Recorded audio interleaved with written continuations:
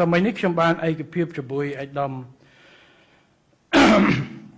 សំណើរបស់ក្រសួងការបរទេសមួយនេះដែលសូមឲ្យកាត់បន្ថយពេលវេលាការចេញលិខិតធ្វើដំណើរបដោះអាសន្នជូនពលករយើងទៅកាលមុនករណីធម្មតា2សប្តាហ៍ឥឡូវខ្ញុំបានចារឯកភាពធ្វើម៉េចកុំឲ្យលើសពី5ថ្ងៃធ្វើការឲ្យបងប្អូនឲ្យបានលឿនហើយចំពោះកិច្ចការបន្ទាន់ពិសេសពីមុនអាចភ្លាមឬ2ទៅ3ថ្ងៃឥឡូវថាធ្វើម៉េចកុំចាំ2 3ថ្ងៃបើបានលឿនប៉ុណ្ណាជូនគាត់ប្រដៅដើម្បីសម្រួលដល់ការងារ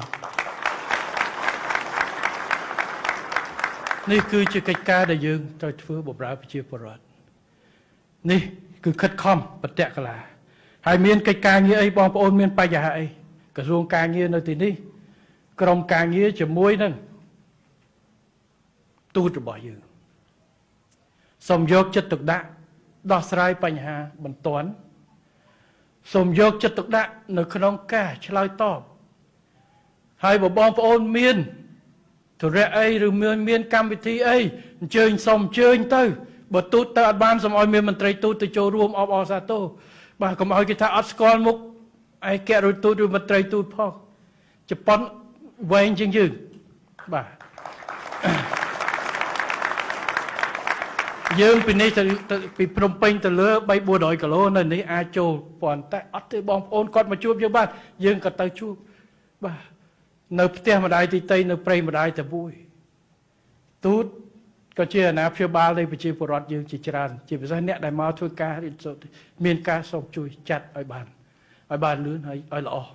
បាទនៅក្នុងការផ្ដល់សេវាហើយក៏សូមអភ័យទោសផងបើសិនមានការឆក់ល្វែងអីផ្សេងវិធានការនឹងយន្តការរបស់យើងក៏ដូចជា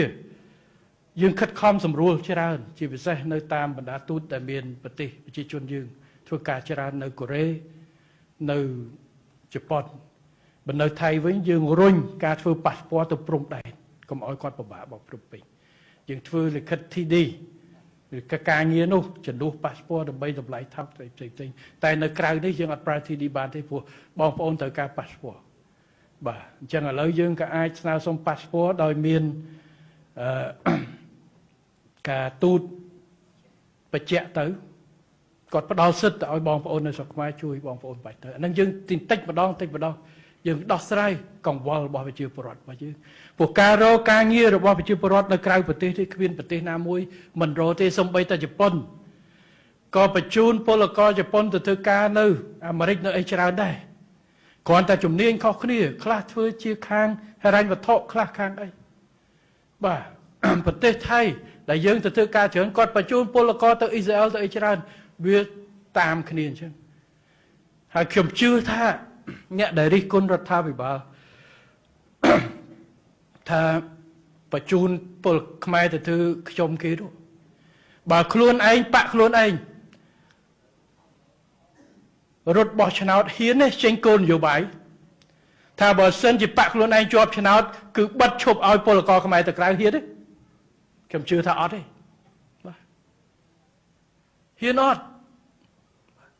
ឥឡូវខ្ញុំសួរបងប្អូនដែលធ្វើការនៅស្រុកដែលរស់នៅទីនេះតើគួរឲ្យរដ្ឋាភិបាលបិទឈប់ឲ្យបងប្អូនមានឱកាសចេញមកធ្វើការក្រៅប្រទេសអត់បាទខ្ញុំថាអ្នកតវ៉ាជាងគេគឺអ្នកនៅទីហ្នឹងតែម្ដងបាទព្រោះបងប្អូនឃើញនៅអត្ថប្រយោជន៍តើយើងមកធ្វើជាខ្ញុំគេទេអត់មានពីណាមកធ្វើតកែទេសំបីជនជាតិជប៉ុនក៏ធ្វើជាបុគ្គលិករបស់តកែជប៉ុនមហោងចក្រមានតែតកែមួយទេអញ្ចឹងជនជាតិផ្សេងអ្នកផ្សេងដែលក្នុងនឹងទោះបីជាជប៉ុនក៏ដោយអាមេរិកក៏ដោយតែមកធ្វើការក្នុងការងារហ្នឹងសិតតែជាបុគ្គលិកឲ្យគេហើយបើបងប្អូនគិតថានឹងគឺជាខ្ញុំគេគឺការវាយតម្លៃបទាបបថោកនឹងកថាបិទឲ្យតម្លៃបងប្អូនការងារថ្លៃថ្នូរយើងមិនលួចមិនប្លន់គេទេការងារប្រកបដោយវិជ្ជាជីវៈយើងខិតខំប្រឹងប្រែងញើសឈាមយើងការងារដើម្បីផ្ដល់នៅជីវភាពរស់នៅនឹងជំនាញរបស់យើងពេលយើងចប់យើងអាចទៅស្រុកខ្មែរវិញការងារពីរោងចក្រជប៉ុនទៅវិនិយោគនោះយើងអាចចូលធ្វើការនេះដើម្បីអីដើម្បីអនាគតខ្លួនយើងនិងជីវភាពគ្រួសារយើងដោយថ្លៃថ្នូរមែនទេរដ្ឋាភិបាលគ្រាន់តែបើកច្រកច្បាមយកឱកាសបន្ថែមដើម្បីឲ្យបងប្អូនមានជំរឿសថែមតែប៉ុណ្ណោះដើម្បីបង្កើនការងារយើងខិតខំបង្កើនការងារក្នុងប្រទេស តាមរយៈការទាញវិនិយោគទៅប៉ុន្តែយើងក៏ត្រូវបើកច្រកដើម្បីបងប្អូនមានជំរឿនធ្វើការនៅក្រៅប្រទេសដែរនេះគឺជាគោលនយោបាយរបស់យើងបាទ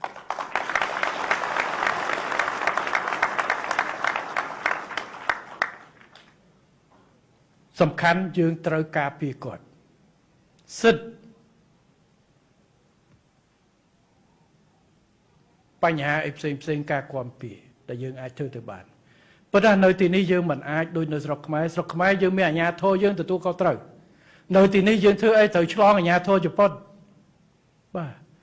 យើងមិនអាចទៅធ្វើសមាគមធ្វើអីបើមិនឆ្លងច្បាប់ជប៉ុនសមាគមយើងត្រូវសម្របសម្រួលតាមទៅហើយយើងក៏គ្មានលទ្ធភាពទៅធ្វើទាំងអស់ជំនួសជប៉ុនដែរតែយើងសម្របសម្រួលផ្ដល់សេវាដែលយើងអាចបានសេវាច្បាប់សេវាពិភាក្សាអីផ្សេងដែលយើងអាចធ្វើបងប្អូនមានគ្រោះថ្នាក់មានអីផ្សេងទូតយើងពលករនេះយើងសម្របសម្រួលជូននេះគឺជាអ្វីដែលយើងខិតខំបានសេវាលិខិតស្នាមសេវាប៉ាសពតដែលយើងអាចធ្វើបានបាទនេះគឺជាអ្វីដែលយើងយកចិត្តទុកដាក់មិនទុកប្រជាជនខ្មែរចោលនោះទេគឺថាគោលដៅរបស់យើងមិនថាប្រជាជនខ្មែររស់នៅទីណាយើងត្រូវតែខិតខំយកចិត្តទុកដាក់ឲ្យអស់លទ្ធភាពមិនទុកបងប្អូនចោលនោះទេនេះជាគោលនយោបាយរបស់យើង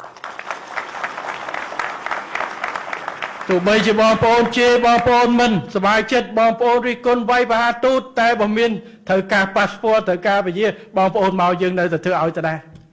បាទហើយបើបងប្អូនមានទឹកចិត្តចេញទៅវិញជប់ជេរទៅបើជេរក៏ជេរទៀតចុះអានឹងសិនបងប្អូនតែសម្រាប់យើងគ្មានជំរឿសទៅក្នុងការរើសអើងក្នុងការផ្ដល់សេវា